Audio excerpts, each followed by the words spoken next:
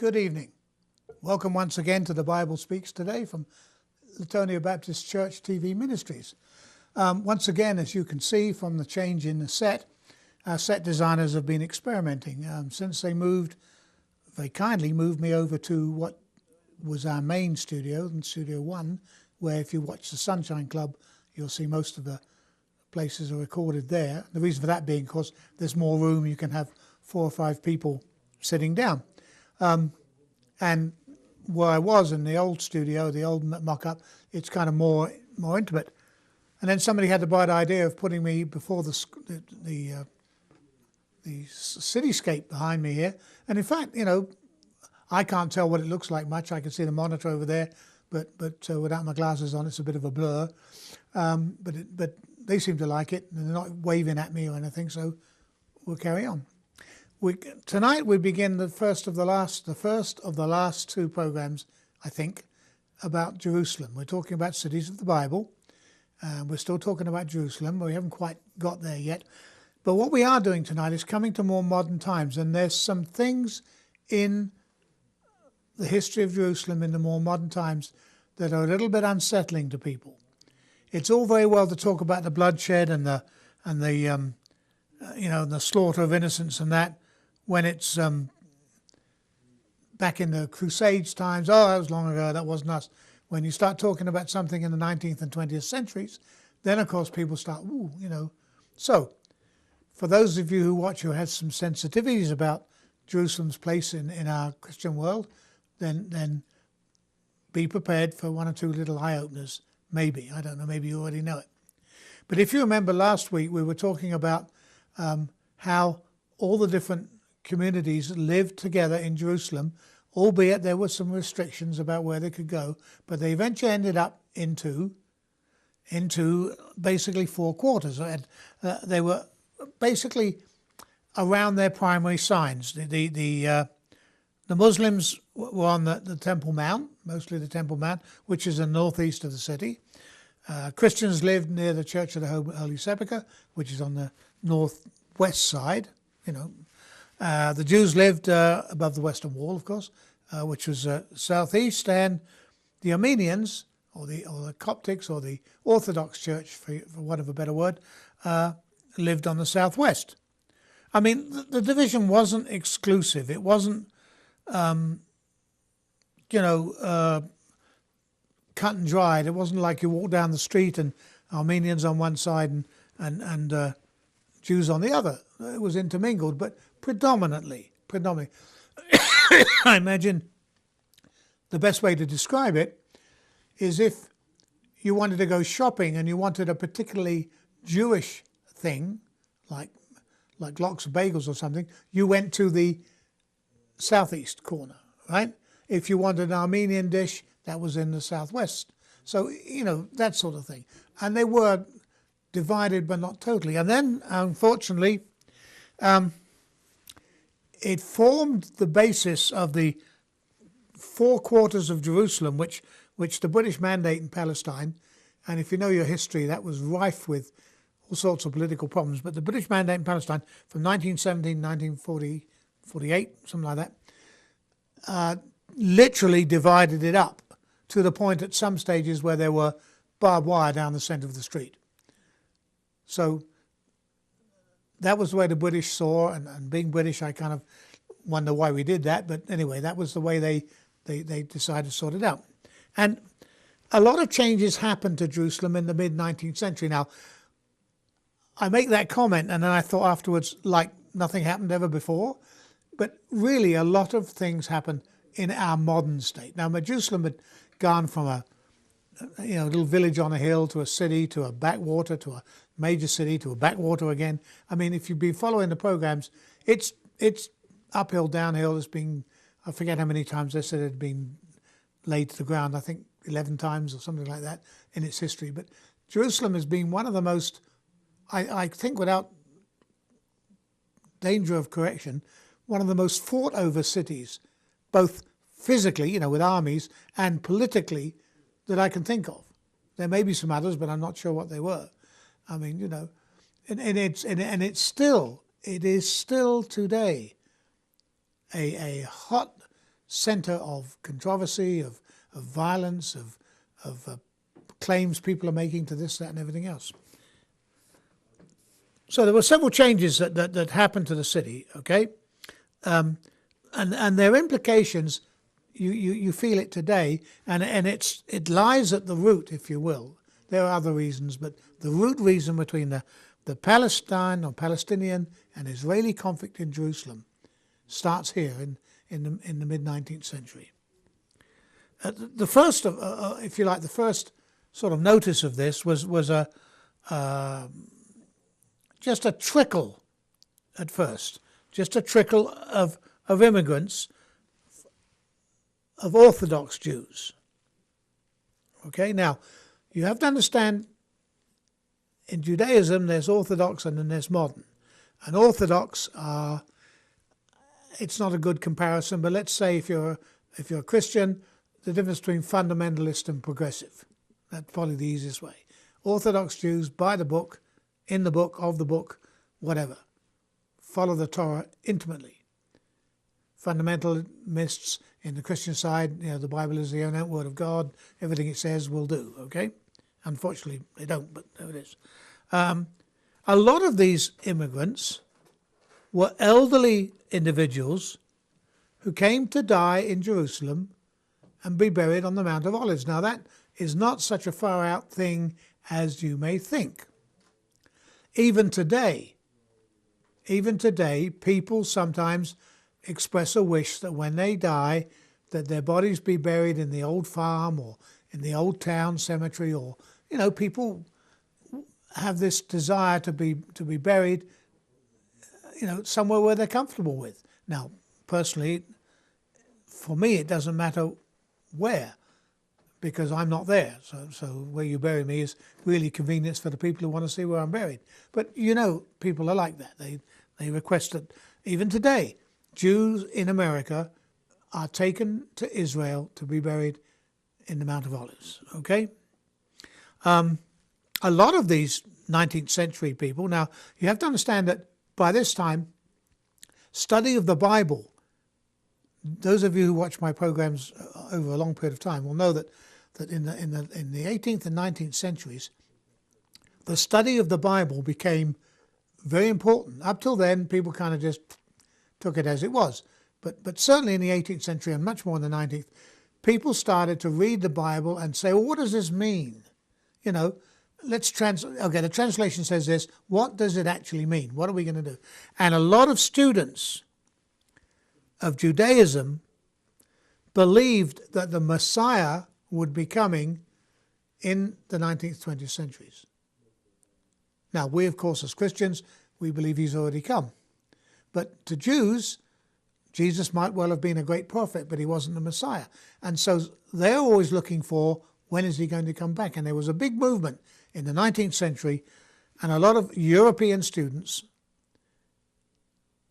went to Israel to live and be there. So, because according to Jewish literature, when he comes back, it'll be in Jerusalem. Okay? So, best place to be. Okay? And what that did, of course, it added, because they were students and young people, it added a great deal of new life to the local population. So instead of being a bunch of, if you'll forgive the expression, old geezers who sitting around waiting to die and discussing at great length the Talmud and the Torah and everything else, okay?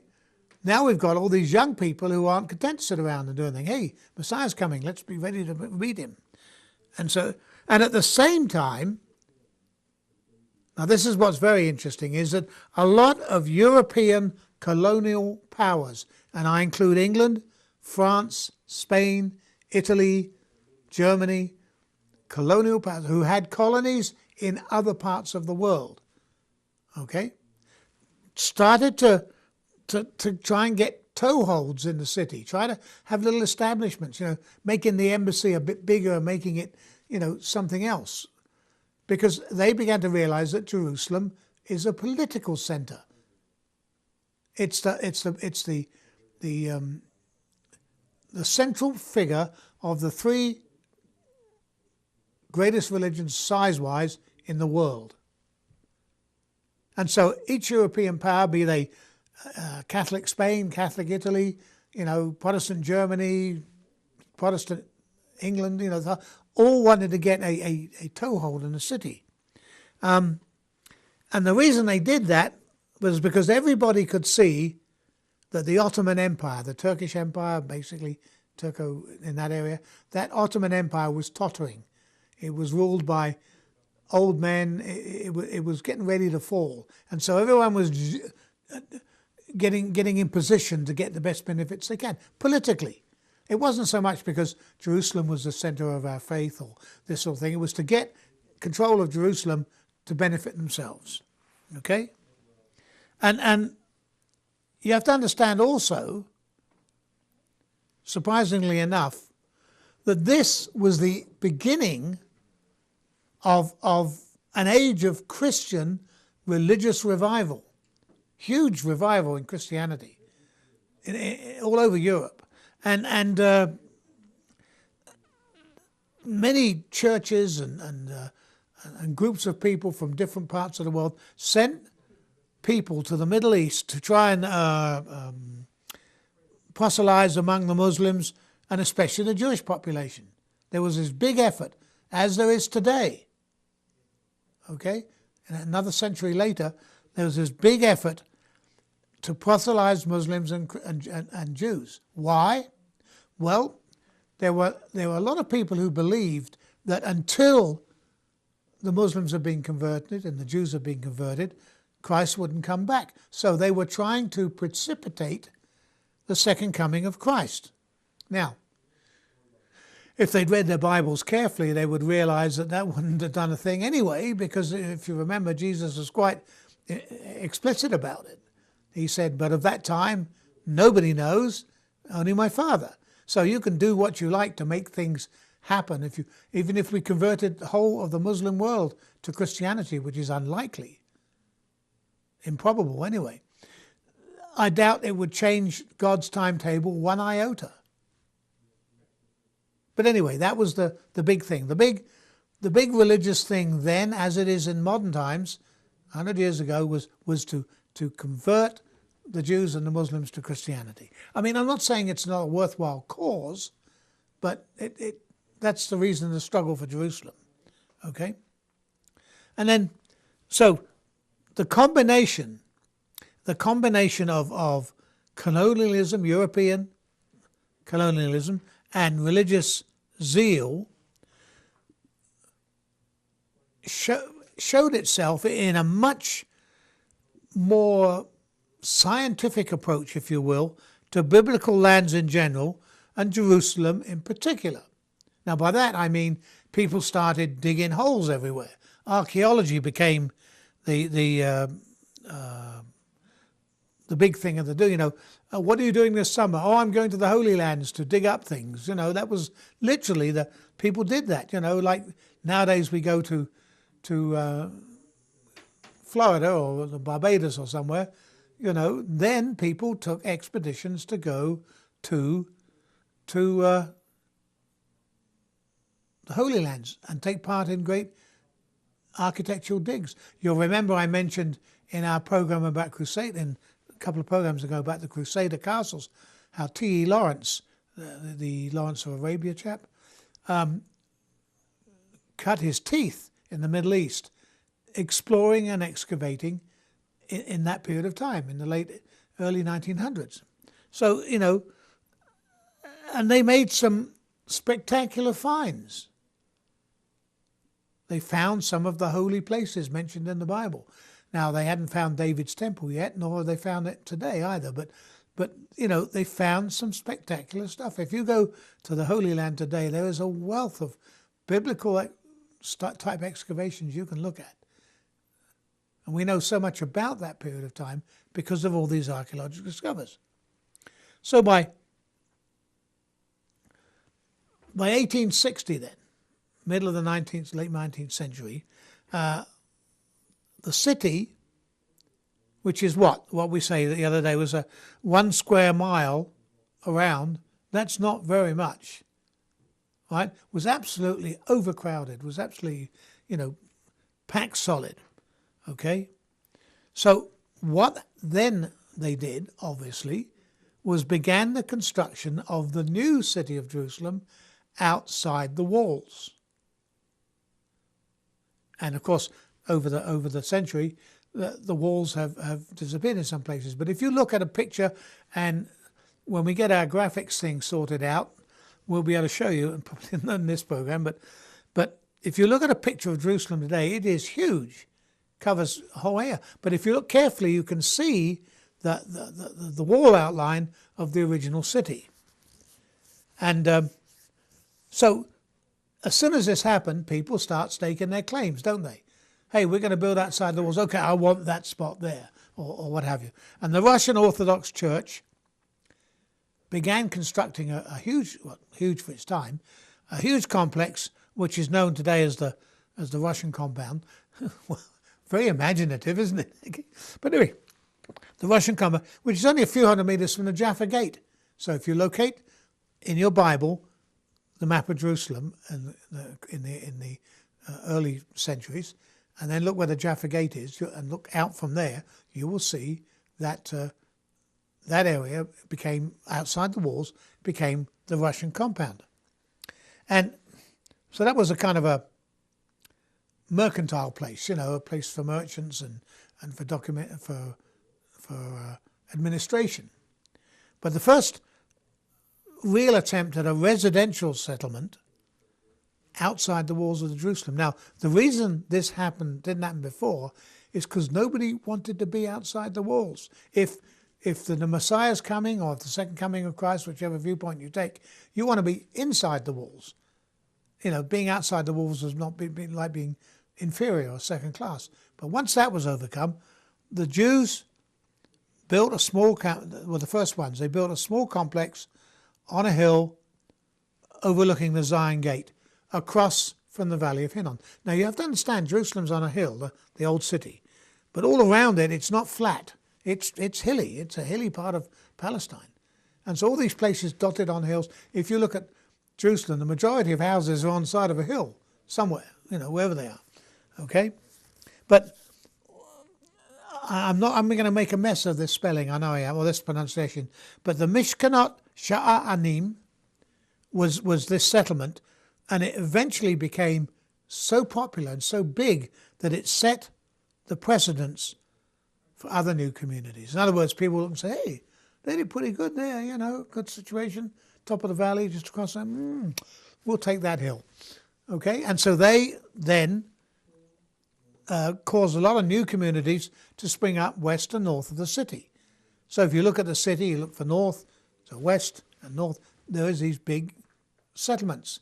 They exist today because they're much bigger today, obviously. Okay, and in time, they built a road from this place across the top of the hill to that place. And then somebody else built a road from that place to the other new place, just like they do here. You put up a new, subdivision here, right? And you have a road going into it, and it starts to fill up. Oh, we put another road in there. And then, hey, we can't get to the shop, so another road goes in there. Exactly the same here. So eventually, all these roads joined up, and so it became the new city. It was referred to as the new city. Jerusalem, the new city, as Jerusalem, the old city. Like living in Old Town Latonia or New Town Latonia, if there's such a thing. I don't know. Probably is. But you see that in modern day America. Okay. Now, in about 1880, between 1880 and 1890, a whole bunch, that's not very good English, is it? A great number of Jewish families arrived in Jerusalem from the Yemen.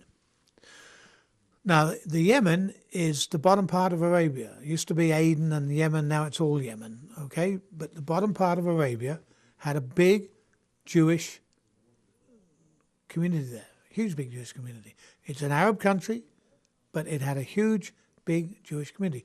In fact, when I was there in the 60s, they were still there. At that time, Aden was a British protectorate and Yemen was next door, and we argued about it from time to time. But there was a huge Jewish community there. But they came in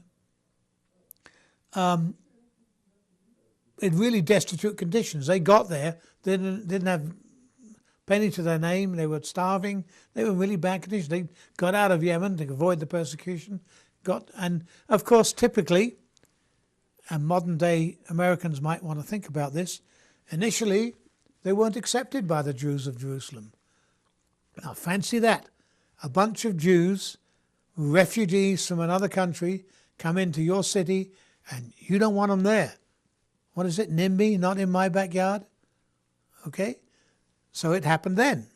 Okay, but eventually they were destitute. They were supported, get this, by the Christians of the Swedish American colony that existed there. Remember, I told you all these colonial powers were trying to get a footing? I forgot to mention the Swedes. Okay, but they were there. So here's the irony. A group of Jews living in Yemen being persecuted by the Arabs uproot themselves. It doesn't say how they got there, maybe by ship or something. Okay, so there's only about 150, 200 of them. And they get themselves somehow to Jerusalem, to New Jerusalem.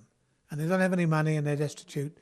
And the Jews living there go, no, don't want them, no, not our sort of people. But we're Jews. But you're not like us. Okay? So the Christian Swedish community takes them in, okay? And just for historical reasons, the Swedish Christian community were called the Gadites. Remember those? Remember your Bible history? Maybe. Anyway. So in 1884, the Yemenites moved into Silwan, which is part of the surroundings of Jerusalem. The ironical thing about this is that here's Jerusalem, the central city of Judaism, the central city of Christianity, the central city of Islam, all right? And yet between them, they still aren't throwing their arms open to anybody else. I find it ironical when I read this part in my script preparation, and I thought that doesn't sound very different than what's happening today. Okay, we've got terrorist threat and this sort of thing, but I wonder why the Jews of Jerusalem didn't want the Yemenites. Maybe they were unclean, or maybe they were scruffy and dirty, or perhaps they were too modern-minded or something. And I couldn't find any information about it.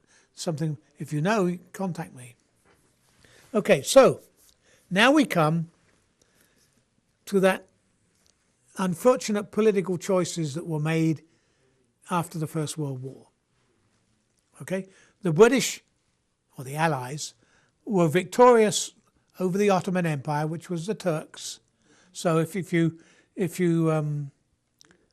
watch the film Lawrence of Arabia, for example, the people he was fighting, the Turks, were the Ottoman Empire.